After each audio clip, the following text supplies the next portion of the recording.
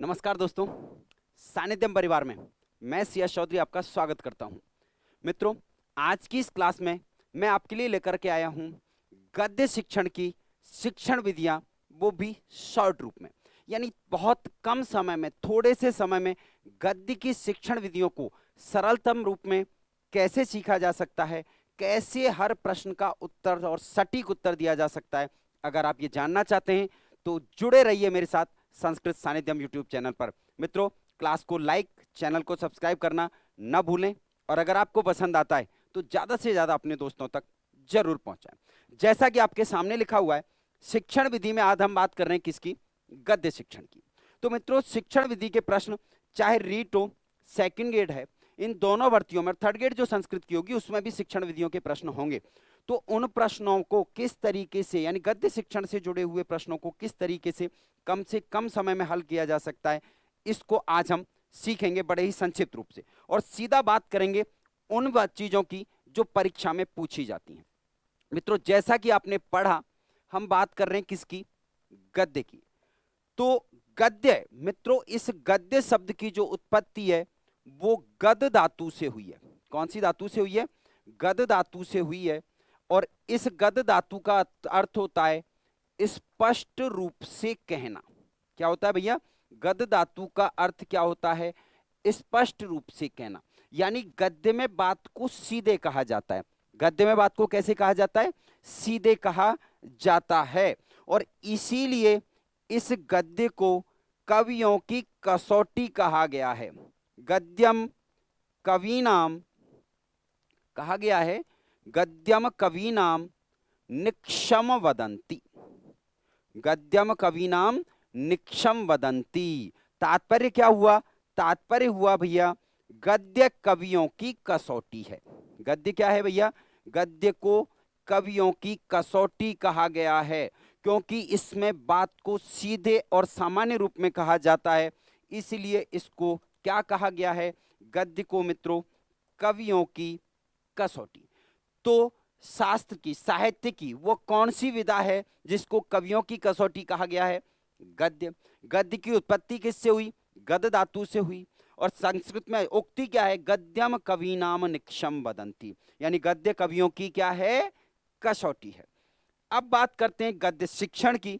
तो गद्य शिक्षण, मित्रों, गद्य शिक्षण में सबसे महत्वपूर्ण तीन चीजें होती हैं जहां से हम शुरुआत करते हैं।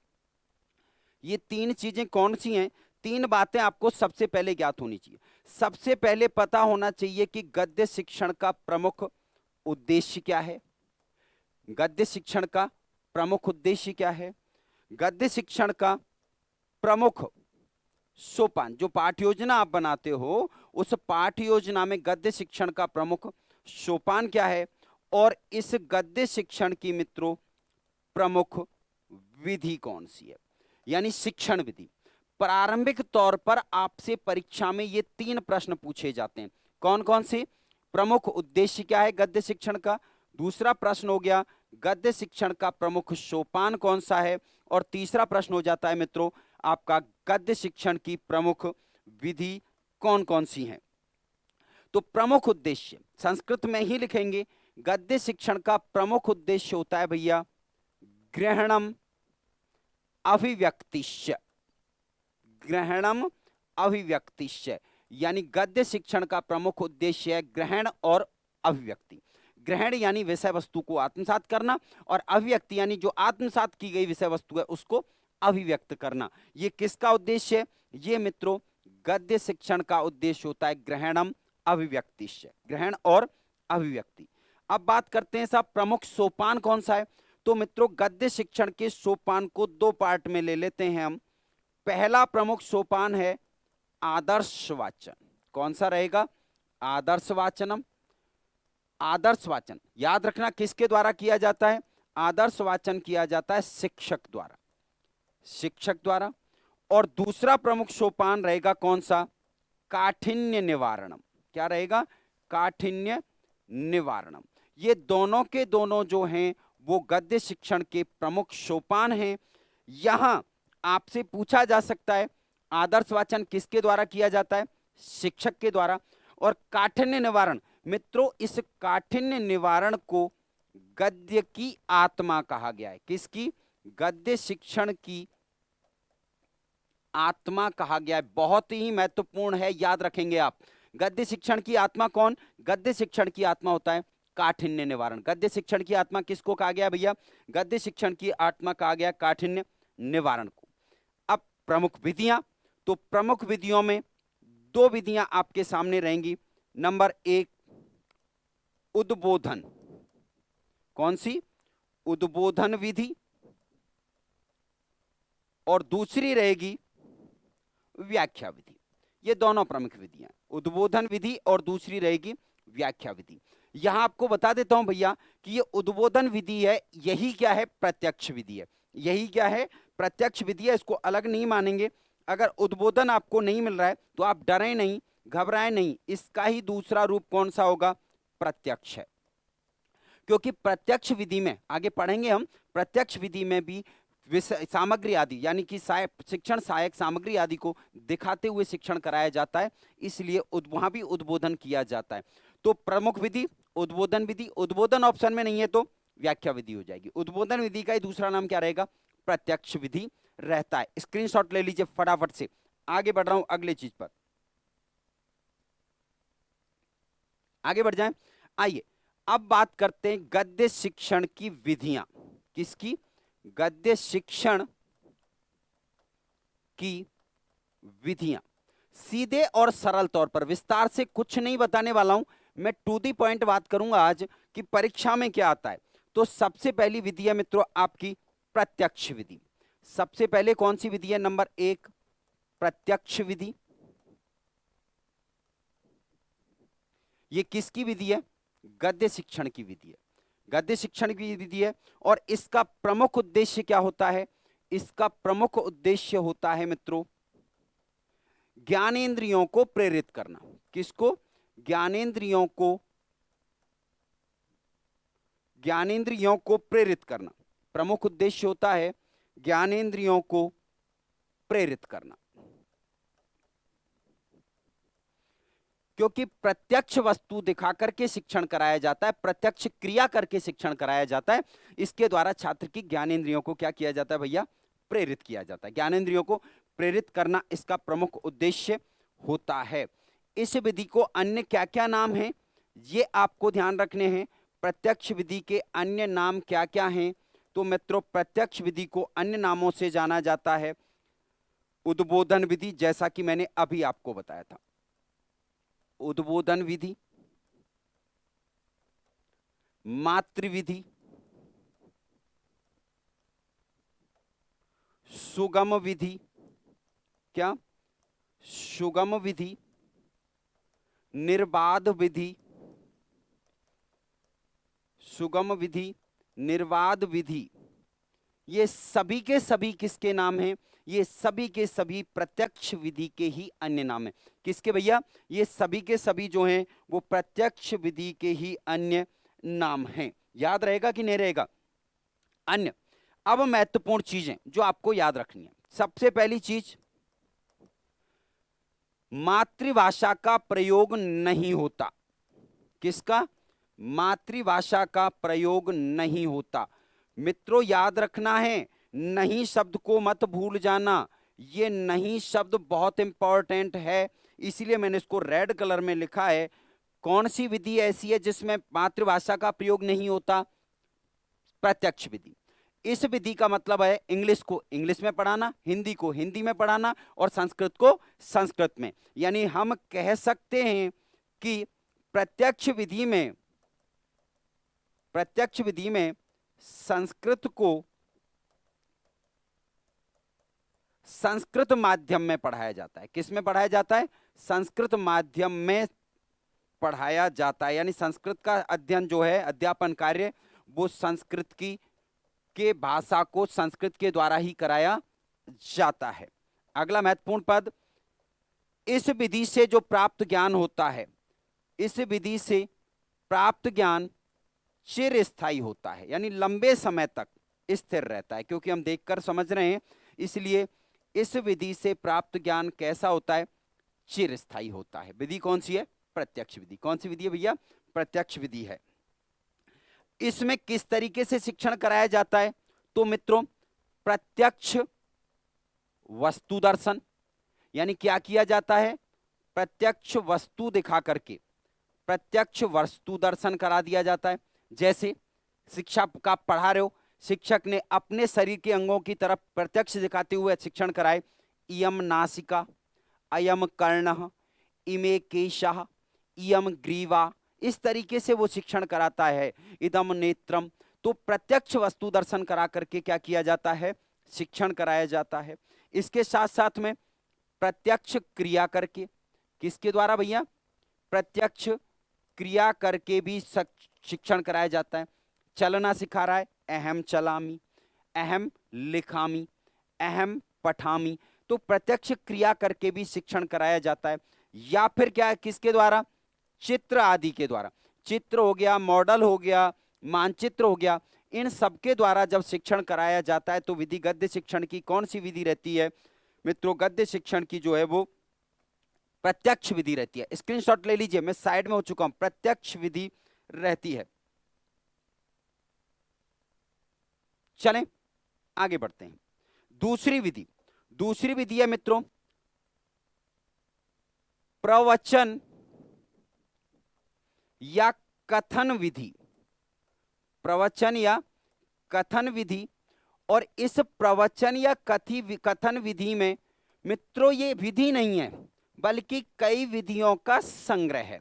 जब शिक्षक प्रवचन के द्वारा या कथन के द्वारा अर्थ स्पष्ट करता है, कठिन शब्दों का अर्थ स्पष्ट करता है, व्याख्या करता है, तो उसके लिए वो कुछ प्रविधियों का प्रयोग करता है। किसका प्रयोग करता है भैया? वो कुछ प्रविधियों का प्रयोग करता है। तो आप कह सकते हैं इस विधि में, कौन सी विधि? प्रवचन विधि। इस विधि में निम्न प्रविधियों, इस विधि में निम्न प्रविधियों का प्रयोग होता है। निम्न प्रविधियों का प्रयोग किया जाता है, यानी अनेक प्रविधियां। अब आप जानते हैं कि विधि और प्रविधि में क्या अंतर है भैया? तो विधि तो शिक्षण को रुचिकर प्रभावी बनाने के लिए जो युक्ति अपनाई जाती है उसे विधि कहते हैं। फिर प्रविधि क्या है?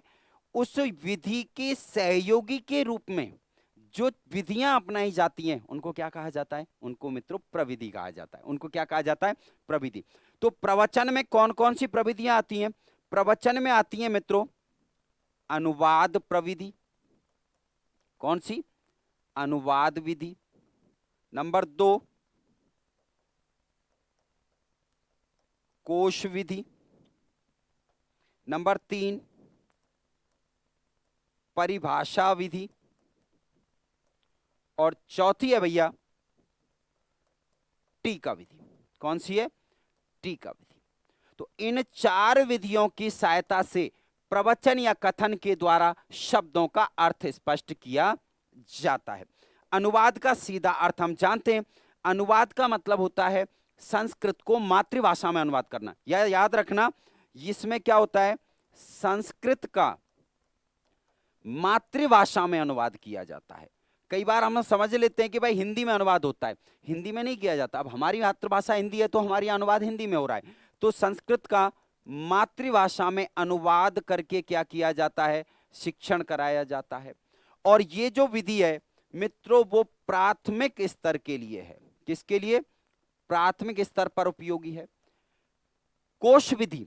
इस कोश विधि में क्या किया जाता है? कोश विधि में छात्रों को शब्दकोश में से, किसकी सहायता से? शब्दकोश की सहायता से अर्थ बताया जाता है। यानी छात्रों के समक्ष कह दिया जाता है भैया शब्दकोश में इस शब्द का अर्थ आप खोजिए। तो शब्दकोश की सहायता से अर्थ स्पष्ट किया जाता है। तो विधि कौन सी हो जाती है? कोश विधि। ये किसकी विधि है? प्रवचन या कथन विधि की प्रविधि है और गद्य शिक्षण की विधि रहेगी। ये कौन से स्तर पर उपयोगी? तो ये भैया उच्च स्तर पर उपयोगी रहेगी, क्योंकि प्राथमिक स्तर का छात्र जो है वो प्रवचन विधि का या कोश विधि का प्रयोग करने में सक्षम नहीं होता है। नंबर 3 अगला परिभाषा विधि। पारिभाषिक शब्द। कैसे शब्द? पारिभाषिक शब्द जो आते हैं उनका अर्थ, पारिभाषिक शब्दों का अर्थ बताने के लिए। जैसे कुछ शब्द ऐसे होते हैं जो केवल अर्थ बताने से काम नहीं चलता, उनकी परिभाषा देनी पड़ती है। जैसे आपके सामने शब्द आ गया साहब, कौन सा? आपके सामने शब्द आ गया निर्वाण। क्या आ गया? निर्वाण। अब आप अगर कह देंगे कि निर्वाण का मतलब क्या होता है, मोक्ष होता है, तो बात समझ में नहीं आएगी। आपको निर्वाण की परिभाषा देनी पड़ेगी। आपके सामने शब्द आ गया कौन सा? पुरुषार्थ। तो आपको पुरुषार्थ शब्द को परिभाषित करना पड़ेगा। तो जब परिभाषा देकर के अर्थ स्पष्ट किया जाए तो वो कौन सी विधि हो जाती है? परिभाषा विधि। और ये भी मित्रों कौन से स्तर पर उपयोगी होगी? ये भी उच्च स्तर के लिए उपयोगी। किसके लिए? उच्च स्तर के लिए उपयोगी होगी। अगली विधि कौन सी है भैया? अगली विधि है आपकी टीका विधि। अगली विधि कौन सी है? अगली विधि है आपकी टीका विधि। तो मित्रों टीका विधि का सीधा मतलब है कि विभिन्न टीकाओं के माध्यम से अर्थ स्पष्ट किया जाता है। संस्कृत साहित्य का संपूर्ण विकास जो हुआ है वो टीका पद्धति पर ही हुआ है कि जो ग्रंथ लिखे हुए हैं उन पर नए मत, अपने मत के द्वारा अपना मत देना क्या कहलाता है? टीका कहलाता है। तो टीका पद्धति से, किससे? टीकाओं के द्वारा अर्थ स्पष्ट करना, टीकाओं के माध्यम से अर्थ स्पष्ट करना कौन सी विधि हो जाती है? टीका विधि। कौन सी विधि हो जाती है? टीका विधि हो जाती है। और ये भी मित्रों कौन से स्तर पर आएगी? ये विधि जो है वो भी उच्च स्तर के लिए उपयोगी है। ये उच्च स्तर के लिए उपयोगी है। अब प्रश्न क्या होगा? प्रश्न होता है कि निम्न में से कौन सी प्रविधि प्रवचन या कथन विधि की है या नहीं है? तो आपको याद रखना है अनुवाद, कोश, परिभाषा और टीका, ये चारों के चारों किसकी प्रविधियां हैं? ये चारों के चारों मित्रों प्रवचन या कथन जो विधि है उसकी प्रविधियां हैं। और लगभग हर परीक्षा में इस तरीके का प्रश्न भाइयों पूछा जाता है। आपको इस बात का विशेष ख्याल रखना है। चलिए, परिभाषा, प्रवचन विधि। प्रवचन विधि के बाद में अब अगली विधि की तरफ चलते हैं मित्रों। और तीसरी मुख्य विधि है आपकी स्पष्टीकरण विधि। कौन सी? स्पष्टीकरण विधि। और स्पष्टीकरण भी एक विधि नहीं है बल्कि ये भी प्रविधियों का संग्रह है। यानी व्याख्या करते समय, अर्थ को स्पष्ट करते समय, स्पष्टीकरण करते समय कई प्रविधियों का प्रयोग किया जाता है और उन प्रविधियों की सहायता से ही अर्थ को स्पष्ट किया जाता है। तो स्पष्टीकरण विधि कहलाती है भैया। तो स्पष्टीकरण विधि, तो मित्रों कह सकते हैं कि स्पष्टीकरण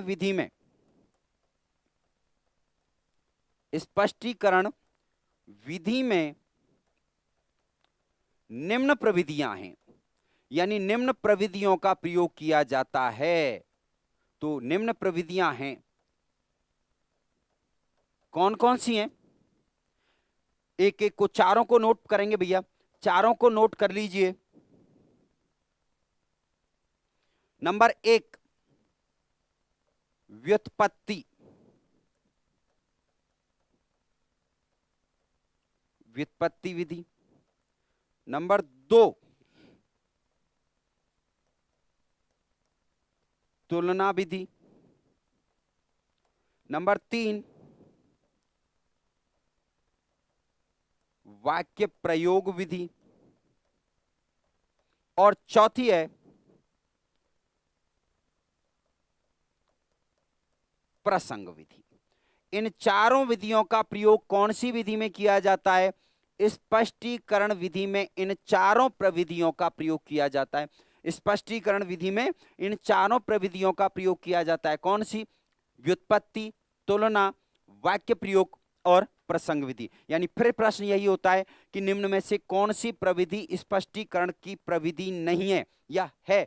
तो आपको पता है कि उद्बोधन या कथन, प्रवचन या कथन विधि की प्रविधियां हम पहले पढ़ चुके हैं और स्पष्टीकरण की प्रविधियां अब आपके सामने हैं। आइए एक एक को समझते हैं। व्युत्पत्ति। व्युत्पत्ति विधि का सीधा मतलब है, व्युत्पत्ति विधि का मतलब है भैया प्रकृति, प्रत्यय, विभक्ति आदि के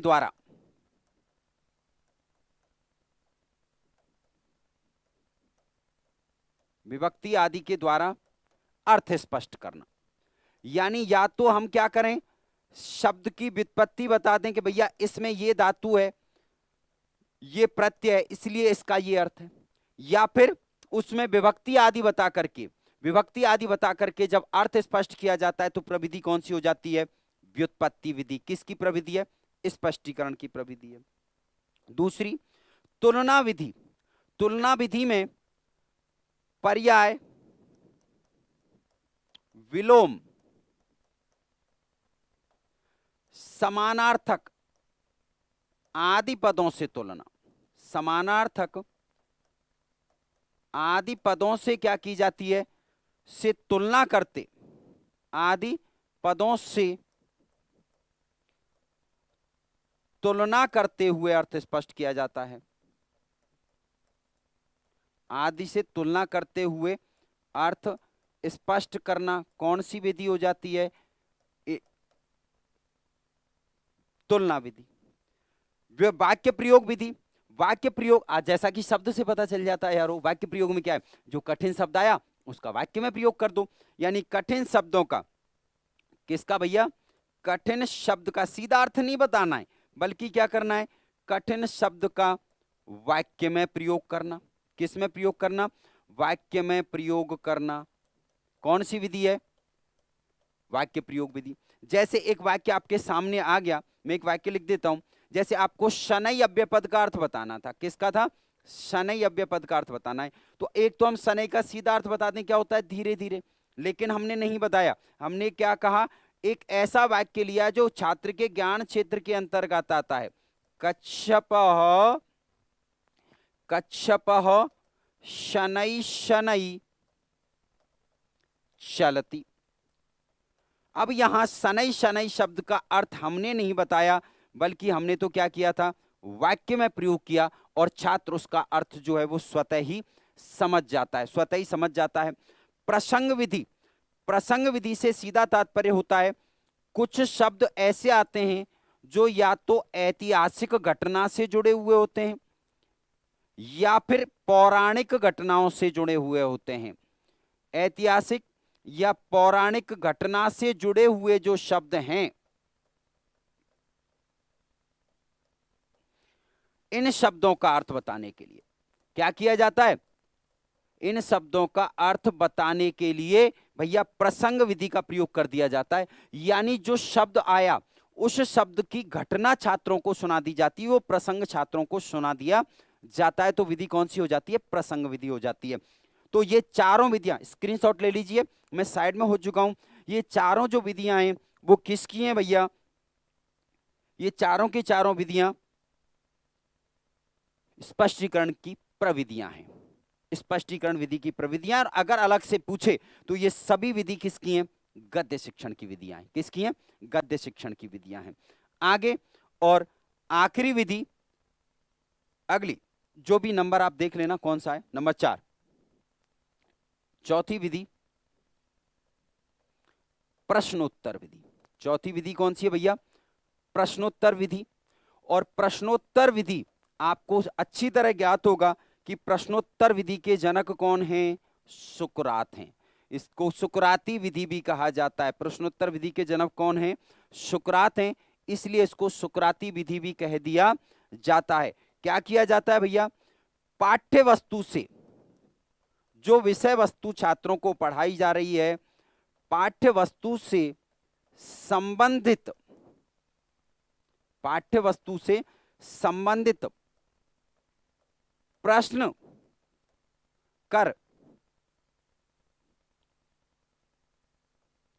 करते हुए छात्रों से उत्तर प्राप्त करना। छात्रों से उत्तर प्राप्त करना कौन सी विधि हो गई भैया? ये हो गई आपकी प्रश्नोत्तर विधि। और मित्रों ये विधि प्राथमिक स्तर के लिए सबसे ज्यादा उपयोगी होती है, बहुउपयोगी होती है प्राथमिक स्तर, क्योंकि इसमें छात्र पूरी तरह से क्या हो जाता है? सक्रिय हो जाता है। उससे छोटे छोटे प्रश्न आप पूछें और प्रश्न पूछेंगे तो वो उनके उत्तर देता चला जाता है।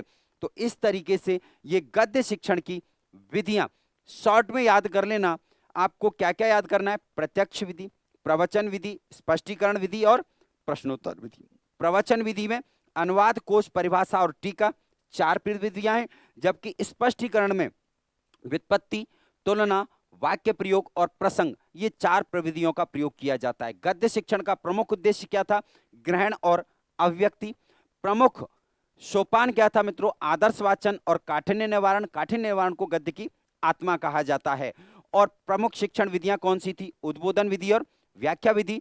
व्याख्या विधि है उसी के अंतर्गत मित्रों प्रवचन विधि और कौन सी? स्पष्टीकरण विधि का प्रयोग किया जाता है। व्याख्या विधि के अंतर्गत एक एक शब्द की व्याख्या की जाती है और एक एक शब्द की व्याख्या करते हुए उन स्पष्टीकरण और प्रवचन विधियों का प्रयोग किया जाता है। तो ये था मित्रों आज की इस क्लास का छोटा सा प्यारा सा तरीका। इसी तरीके की छोटी छोटी क्लासेज में शिक्षण विधि को पूरा करने के लिए जुड़े रहिए हमारे पास संस्कृत सानिध्यम यूट्यूब चैनल पर। बहुत बहुत धन्यवाद।